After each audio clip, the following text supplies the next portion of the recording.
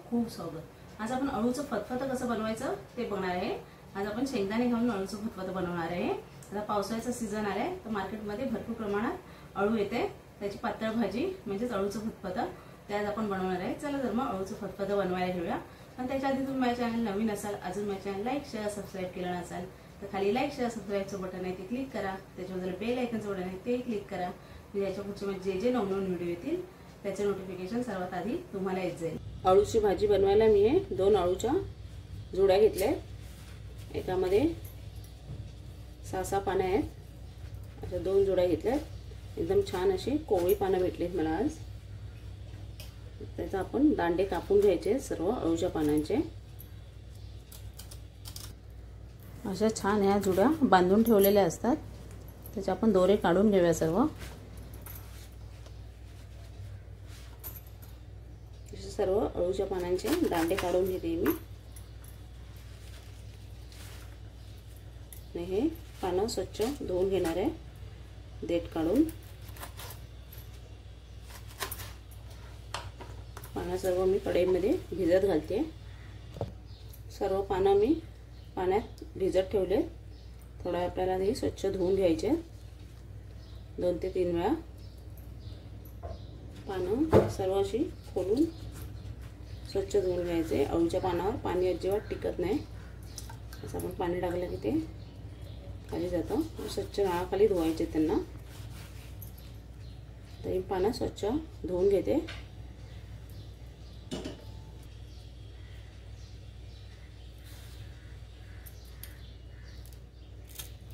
असे देठ आपल्याला सोलून घ्यायचे सर्व अळूचे।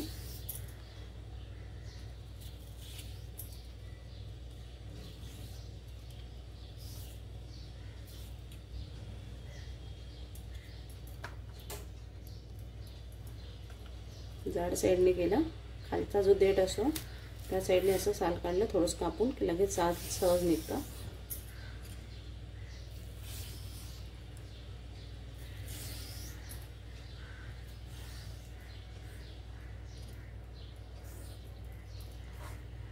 असे सर्वाचे वरचे मी साल काढून घेते देठांचे। अळूची पानं कधी सोलताना किंवा कापताना जर आपल्याला हाताला खाज येऊ नये त्याच्यासाठी आपण लिंबाचा रस लावून घ्यायचा हाताला आधी, म्हणजे हाताला खाज येत नाही। किंवा तुम्ही कोकम आगोळ पण लावू शकता, कोकमाचं पाणी असं लावून घ्यायचंय सर्व हाताला। तर काय काय अळू हे खाजवाले असतात, त्याच्यामुळे आपल्या हाताला भरपूर खाज येते, मग ती भरपूर वेळ थांबत पण नाही, 1 ते 2 तास। मी असं सगळं लिंबू लावून घेतले हाताला व्यवस्थित। म्हणजे सर्व देठ मी सोलून स्वच्छ धुवून घेतले, त्याला बारीक कापणार आहे।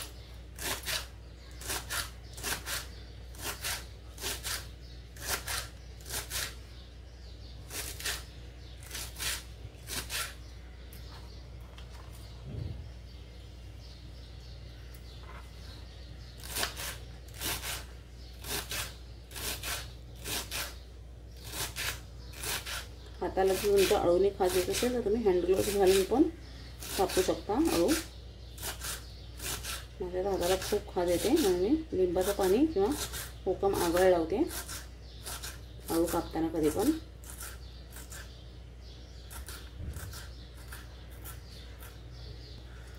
आता हे सर्व कापलेले दांडे मी कुकरमध्ये टाकते, डायरेक्ट कुकरमध्येच मी त्याच्या शिट्या करून घेणार आहे। आता ही अळूची पानं मी सर्व स्वच्छ धुवून घेतले। त्याला पण आपण कापायचं आहे, त्याला जास्त बारीक कापायची काही जरूरत नाही आहे, थोडं मोठं मोठंच आपण कापणार आहे।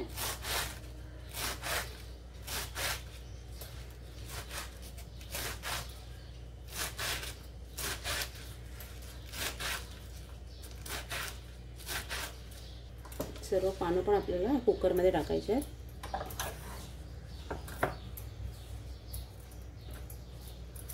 हे सर्व कुकरच्या भांड्यात मी घालून घेतले अळूचे दांडे आणि अळू कापून। त्याच्यात हे शेंगदाणे ठेवणार आहे मी। शेंगदाणे मी 4 ते 5 तास छान पाण्यामध्ये भिजत घातलेले होते, छान आपले फुलले शेंगदाणे 4 ते 5 तास छान भिजत घालायचे त्याला। आता त्याला मी हे स्टीलच्या वाटीत ठेवून देते। शिजायला घालते.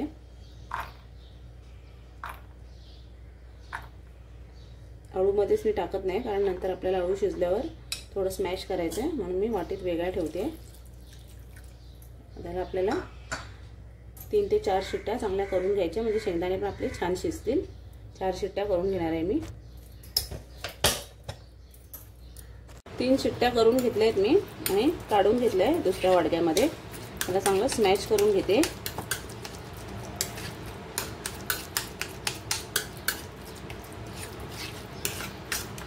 छान स्मॅश झालं आहे.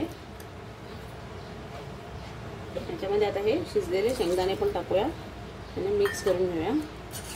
शेंगदाणे पण आपले छान शिजले.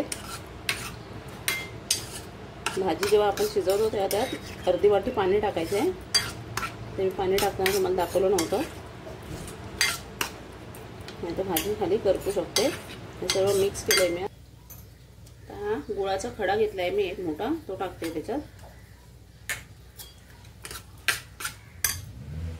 आणि हे चिंच भिजत घातले 4 ते 5, त्याचा कोळ काढून टाकायचा आहे. आंबट गोड अशी चव छान लागते अळूची. आणि आंबट हे टाकायचं असतं अळूमध्ये, कारण त्याला खाज वगैरे असली तर आपल्या घशाला वगैरे खाज येऊ शकते, म्हणून भरपूर प्रमाणात आंबट टाकायचं आहे. जर तुम्हाला चिंच असेल टाकायची तर कोकम टाकलात तरी चालेल, पण कोकमापेक्षा चिंचेची चव छान येते अळूच्या फतफत्याला. हा चिंचेचा आगळ काढलाय मी, त्यातली चिंच काढून घेते आणि पाणी ओतते त्यात. ही चिंच तुम्ही दुसऱ्या पण कोणत्या पदार्थाला वापरू शकता. हे सगळं मिक्स करून घ्यायचं व्यवस्थित.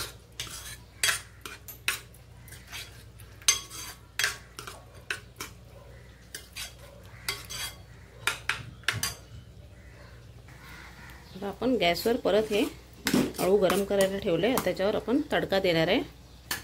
तडक्यासाठी मी साईडला एक छोटं तडक्याचं भांडं ठेवलंय फोडणी घालायचं. त्याच्यात 2 चमचे तेल टाकले मी फोडणीसाठी. तेल चांगलं तापलं की यात लसणीच्या पाकळ्या टाकल्या आहेत मी. 7 ते 8 लसणीच्या पाकळ्या टाकायच्या आहेत. लसूण ह्याच्यात भरपूर प्रमाणात टाकायचे आहे, म्हणजे लसूणची ही छान फोडणीचा सुगंध येतो भाजीला.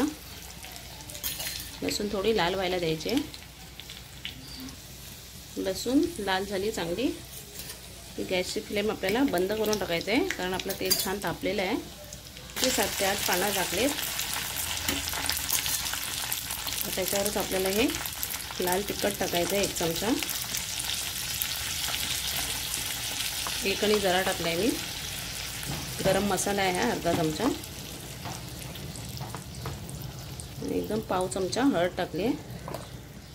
हे सर्व आपल्याला फोडणी मिक्स करून घ्यायचे. तिखट जळू नये म्हणून मी गॅसची फ्लेम बंद केली आहे. आता तडका आपल्याला या भाजीवर ओतायचा आहे. सगळं मिक्स करून घ्यायचे.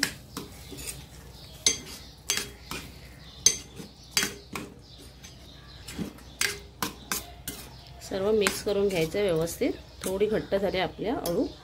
थोडंसं जरा पातळ करण्यासाठी आता मी त्यात पाणी ओतते, ज्या भांड्यात आपण फोडणी घातली आहे. एवढं अर्धा भांडं मी पाणी टाकते त्याच्यामध्ये. आणि थोडी एक उकळी काढायची आपल्याला त्याला.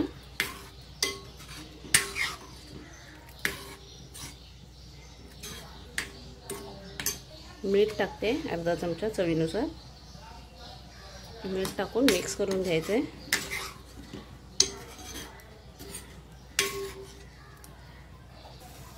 छान उकळी आली आहे आपल्या. त्याच्यात कोथिंबीर घालून सर्व करूया आपण. कोथिंबीर घालून गॅस बंद करायचा आहे. रेडी आपली भाजी सर्विंगसाठी. असा आपला गरमागरम अळूचं फतफतं रेडी आहे. आंबट तिखट आणि गोड चवीचं. थोडीशी कोथिंबीर घालून सर्व करते मी. कशी वाटली तुम्हाला ही रेसिपी कमेंटमध्ये मला नक्की कळवा.